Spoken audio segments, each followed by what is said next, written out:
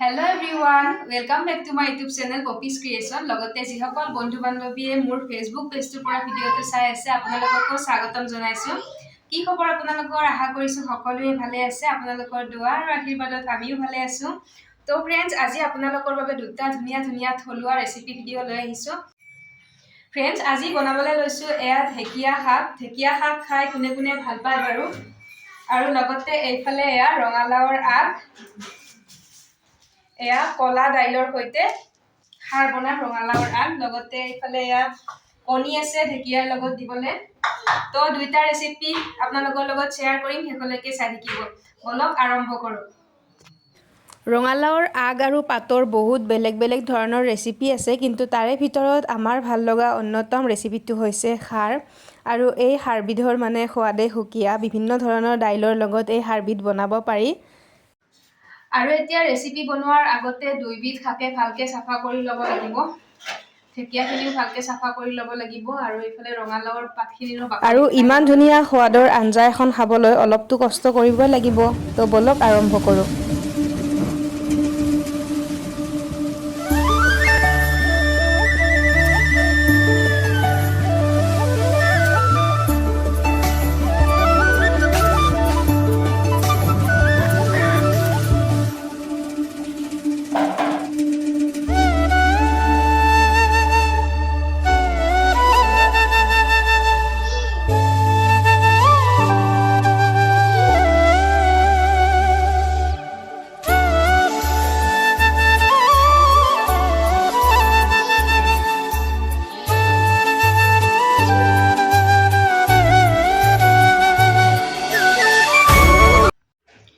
আৰু এইফালে ৰঙালাওৰ পাতখিনি ভাল কৰা হয় এয়া কলা দাইলখিনি অলপ সময় তিয়াই থৈ দিম।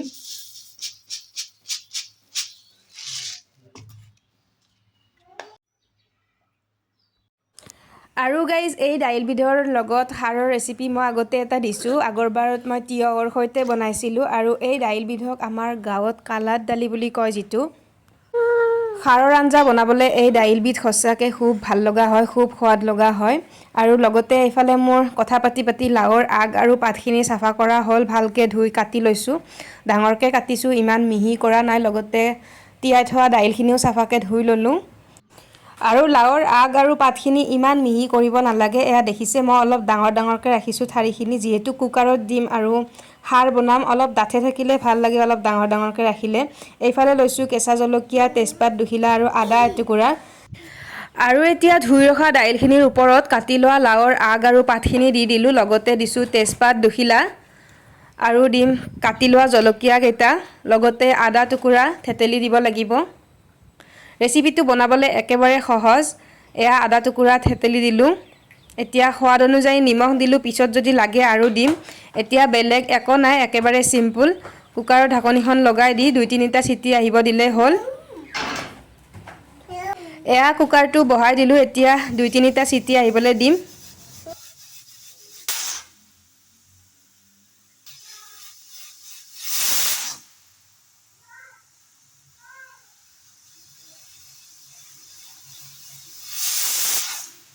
আৰু এয়া দেখিলে 3টা চিটি মৰাৰ পিছত দাইল আৰু লাওৰ আগ আৰু পাতখিনি সিজি গৈছে। এতিয়া এইফালে আৰু এটা কেৰাহী বহাই দিলোঁ। কেৰাহী গৰম হ'ল, এতিয়া ইয়াতে তেল দিলোঁ, মিঠাতেল। তেল গৰম হোৱাত এতিয়া ইয়াতে দিম শুকান জলকীয়া 3টা, লগতে দিছোঁ এয়া পাঁচফোৰণ। এতিয়া দিম থেতেলি লোৱা নহৰু, আৰু নহৰুকেইটাৰ বাকলি মই এৰুৱা নাই, ধুই পেলাই এনে থেতেলি দিছোঁ। আৰু এইখিনিৰ যে কি ধুনীয়া গোন্ধ এটা ওলাইছে। এতিয়া ইয়াতে তেল মাৰি দিব পৰা হৈ গৈছোঁ আমি। সিজি থকা দাইলখিনি এতিয়া ইয়াতে দি দিলোঁ। আৰু আপোনালোকে দেখিলে সিজাই লোৱা দাইলখিনি মই কেৰাহীত ভালকৈ তেল মাৰি দিলোঁ। এতিয়া ইয়াতে দিছোঁ কলা খাৰ মই দিছোঁ 3-4 চামুচমান। লগতে দিছোঁ অলপমান হালধি পাউডাৰ। এইখিনি ভালকৈ লৰাই দিছোঁ, এতিয়া উতলাব লাগিব। আৰু খাৰ দিয়াৰ পিছত এয়া দেখিছে লাহে কালাৰটো চেঞ্জ হ'বলৈ ধৰিছে। লগতে এইখিনিতে দিছোঁ মই এয়া ধনিয়া পাউডাৰ।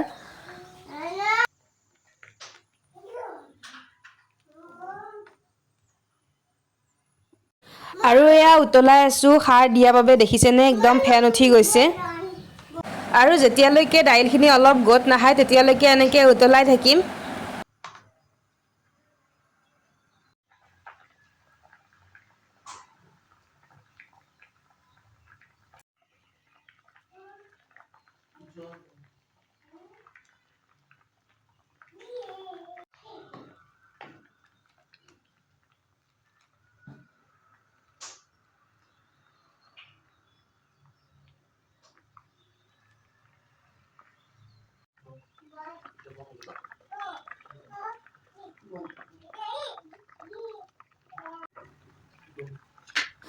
আৰু এয়া ভালকৈ 10-15 মিনিট উতলোৱাৰ পিছত প্ৰায় ৰেডি হৈ গ'ল দাইল আৰু লাওৰ আগৰ খাৰ।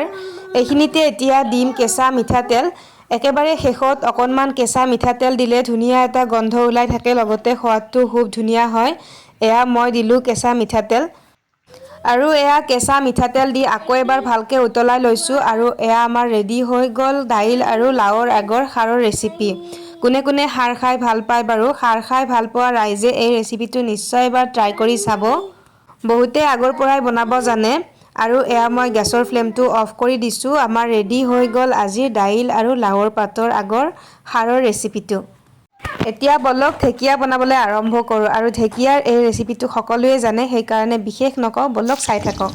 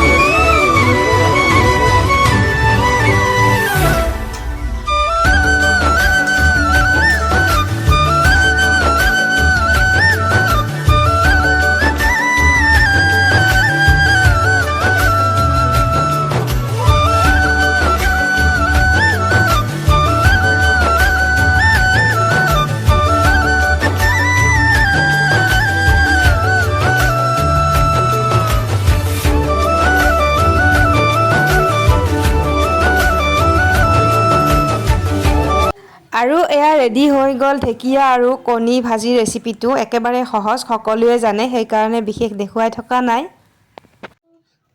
তো ফ্ৰেণ্ডছ, দুইটা ৰেচিপি আপোনালোকৰ লগত শ্বেয়াৰ কৰিলোঁ। কেনেকুৱা পালে কমেণ্ট কৰি জনাব, লগতে আপোনালোকেও ট্ৰাই কৰি চাবলৈ নাপাহৰিব। আৰু এতিয়া বলক সেইদিনা কি কি শ্বপিং কৰিলোঁ চাওঁ। আৰু আজিকালি শ্বপিং কৰিব গ'লে জানিক লৈ খুব বেছি দিগদাৰ হৈছে। এইটো লাগে সেইটো লাগে। আৰু এম বজাৰত সোমাই এয়া ইমজি পিলো ল'লে, এইটো বোলে বল তাৰ। লগতে এইফালে এয়া বল ল'লে, লগতে তাৰ বাবে হাফ পেণ্ট ল'লোঁ। যিহেতু এতিয়া গৰম আহিছে, আগৰ হাফ পেণ্টবিলাক তাৰ সৰু হৈ গ'ল, সেইকাৰণে এই দুটা হাফ পেণ্ট ল'লোঁ। আৰু লগতে লৈছোঁ এয়া জানিৰ বাবে হাৱাই চেণ্ডেল। আজিকালি আমি চেণ্ডেল পিন্ধিলে সিও চেণ্ডেল পিন্ধিব মন কৰে।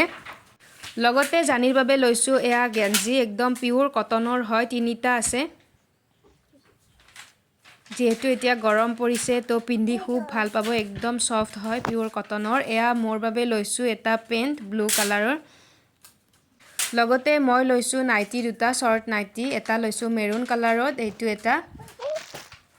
আৰু এটা লৈছোঁ হোৱাইট কালাৰত। কেনেকুৱা লাগিছে আপোনালোকে কমেণ্ট কৰি জনাব।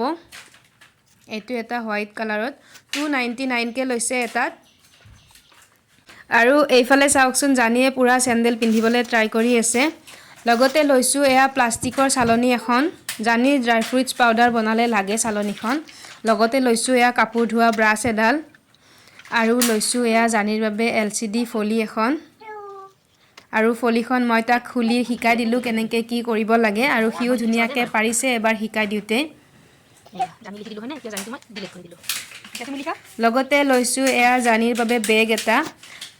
তাৰ কিতাপ, কালাৰ এইবিলাক থ'বলৈ লৈছোঁ, নহ'লে অ'ত ত'ত পৰি থাকে। এইখিনিয়ে বজাৰ কৰিলোঁ। লগতে আৰু এটা বস্তু আপোনালোকক দেখুৱাবলৈ আছোঁ। মই যে জুমকা লৈছিলোঁ, দুযোৰ জুমকা লৈছোঁ। এই দুইযোৰ কেনেকুৱা লাগিছে কমেণ্ট কৰি জনাব।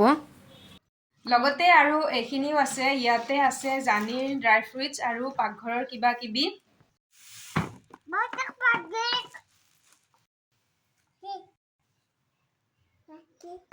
জানি মাখানা কোনটো মাখানা? এইটো মাখানা। এইটো মাখানা দেই। বাদাম কোনটো বাদাম? আৰু এয়া লৈছোঁ মাখানা। জানিৰ আগৰ ড্ৰাই ফ্ৰুইটছ পাউডাৰ শেষ হৈ গৈছে, এতিয়া আকৌ নতুনকৈ বনাব লাগিব। এয়া লৈছোঁ আলমণ্ড, লগতে লৈছোঁ কাজু, লগতে এয়া লৈছোঁ পামকিন চিডছ, যিটো আমি মগজ বুলি কওঁ, কিন্তু গুগল বা ইউটিউবত চাৰ্চ কৰি চালে এইটোক পামকিন চিডছ বুলি কয়। লগতে আৰু এটা খুব মৰম লগা বস্তু আছে, এয়া বগা তিলটো দেখিবলৈ খুব ধুনীয়া, চাওকচোন। তো ফ্ৰেণ্ডছ, এইখিনিতে আজিৰ ভিডিঅ'টো শেষ কৰি দিছোঁ। ভিডিঅ'টো চাই কেনেকুৱা পালে কমেণ্ট কৰি জনাব, লগতে লাইক শ্বেয়াৰ কৰিবলৈ নাপাহৰিব। আৰু চেনেলটো যদি নতুনকৈ আহিছে প্লিজ চেনেলটো ছাবস্ক্ৰাইব কৰি দিব। তো গাইজ, পুনৰ লগ পাম ধুনীয়া এটা ভ্লগৰ সৈতে। আজিলৈ এৰিছোঁ, বাই। জানি বাই বাই দিয়া, বাই।